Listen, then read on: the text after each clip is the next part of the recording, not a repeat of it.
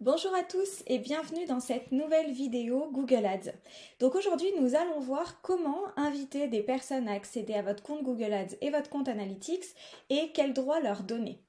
Donc quand vous êtes sur votre compte, vous avez la possibilité d'inviter des personnes qui vont pouvoir intervenir sur votre compte, donc soit intervenir réellement, c'est-à-dire faire des modifications, ou tout simplement observer. Vous avez plusieurs niveaux d'accès qui vous permettent de vous protéger. Donc quand vous êtes sur le compte, vous allez en haut dans, soit outils, soit vous verrez outils et paramètres. En ce moment, Google hésite un peu entre les deux boutons. J'ai des comptes où il n'y en a qu'un et des comptes où il y a les deux.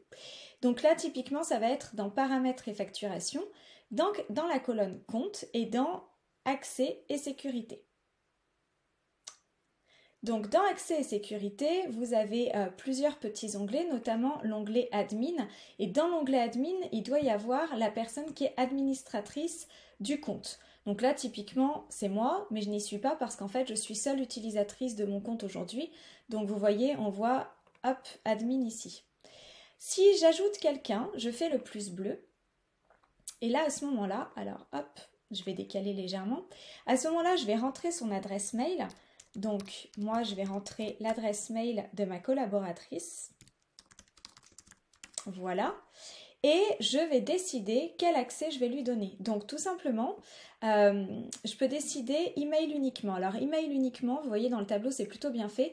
C'est en gros, si on crée un jour des rapports un peu automatisés, elle aura le droit de les recevoir. Donc, dans les rapports, c'est ici. Hop, vous avez un petit bouton rapport, vous pouvez créer des rapports personnalisés et faire en sorte que Google vous les envoie par exemple mensuellement sur une adresse mail. Donc si vous voulez simplement donner l'accès à ces rapports à quelqu'un, vous pouvez le faire. Bon, je l'utilise très rarement. Ensuite, il y a facturation. Donc facturation, c'est même pas l'accès au rapport, c'est accès à rien du tout des statistiques en soi. C'est la possibilité d'afficher vos informations de facturation et de modifier les informations de facturation. Donc ça, c'est si vous êtes une entreprise, par exemple, qui a un comptable attitré et c'est vraiment ce comptable qui va gérer toute la partie facturation de Google, etc., bah, vous pouvez lui donner que cet accès. Ça peut être extrêmement pratique.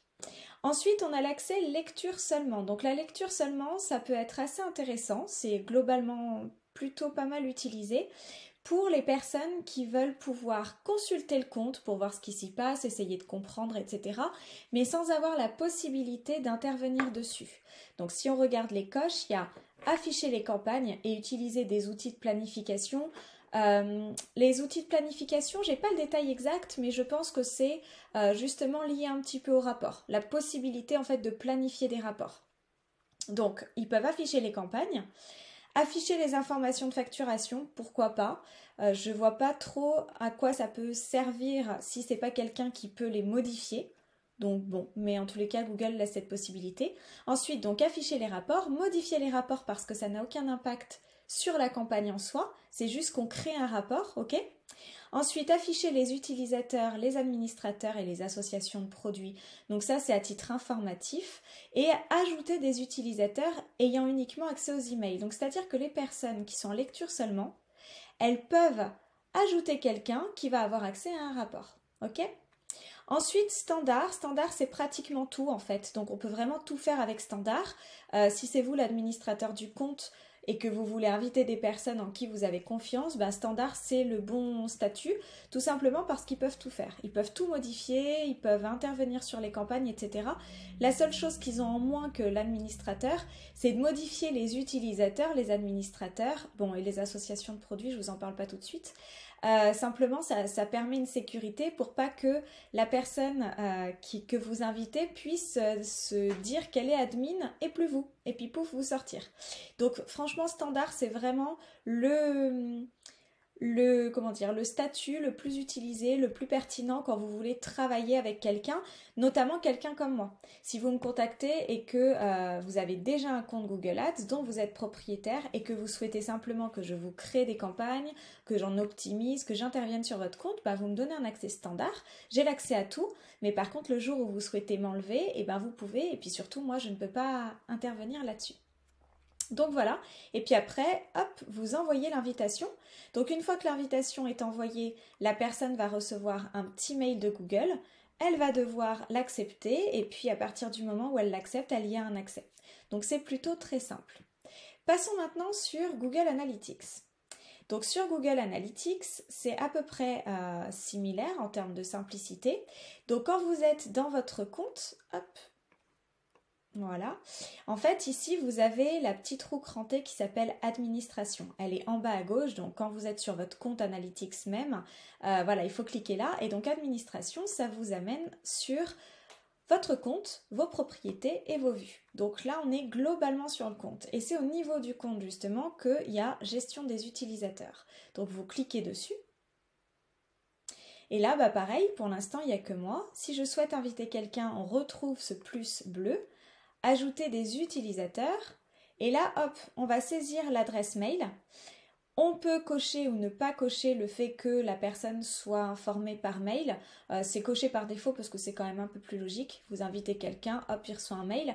Mais par défaut, cette fois-ci, votre interlocuteur n'a pas besoin d'accepter. Avec Google Ads, il va recevoir un mail automatique. Il va devoir appuyer sur un bouton qu'il y a dans le mail et ensuite accepter que vous l'ayez invité.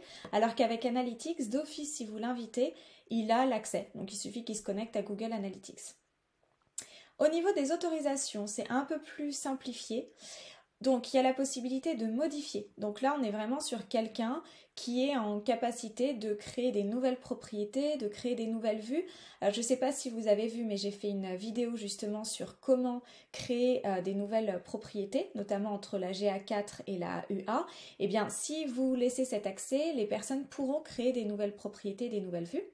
Collaborer, bah, tout simplement, c'est un petit peu de la même façon, c'est-à-dire que c'est des personnes qui vont pouvoir créer des rapports et puis, alors précisément, c'est créer et modifier des éléments partagés tels que c'est des rapports, des tableaux de bord, etc. Donc collaborer, on le met souvent par défaut, mais ça sert pas énormément. Lire et analyser, ça c'est le plus simplifié. C'est vraiment, bah, en fait, vous donnez l'accès à quelqu'un qui va pouvoir accéder à votre compte Analytics, analyser ce qui s'y passe, mais ne pourra pas créer de rapport, ne pourra pas créer d'objectifs et donc de suivi de conversion, chose qu'avec Modifier, on peut faire. Et gérer les utilisateurs, en fait, vous voyez que c'est une ligne en dessous, souvent parce que quand on invite des personnes, on a tendance à mettre ces trois-là, parce qu'en fait, quand on invite des personnes, c'est...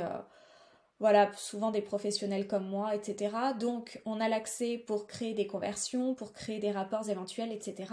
Mais celui-ci, il est à part pour faire la distinction, c'est gérer les utilisateurs. Donc, tout comme dans Google Ads, je vous ai parlé de l'administrateur, là, c'est la même chose. Si vous cochez cette case, eh bien, la personne va pouvoir gérer les utilisateurs et donc potentiellement même vous gérez vous. Donc, c'est une case qui... globalement ne doit pas être coché si vous êtes propriétaire du compte et que vous voulez que ça reste comme ça. Donc c'est pareil, vous rentrez l'adresse mail, vous cochez et vous appuyez sur ajouter.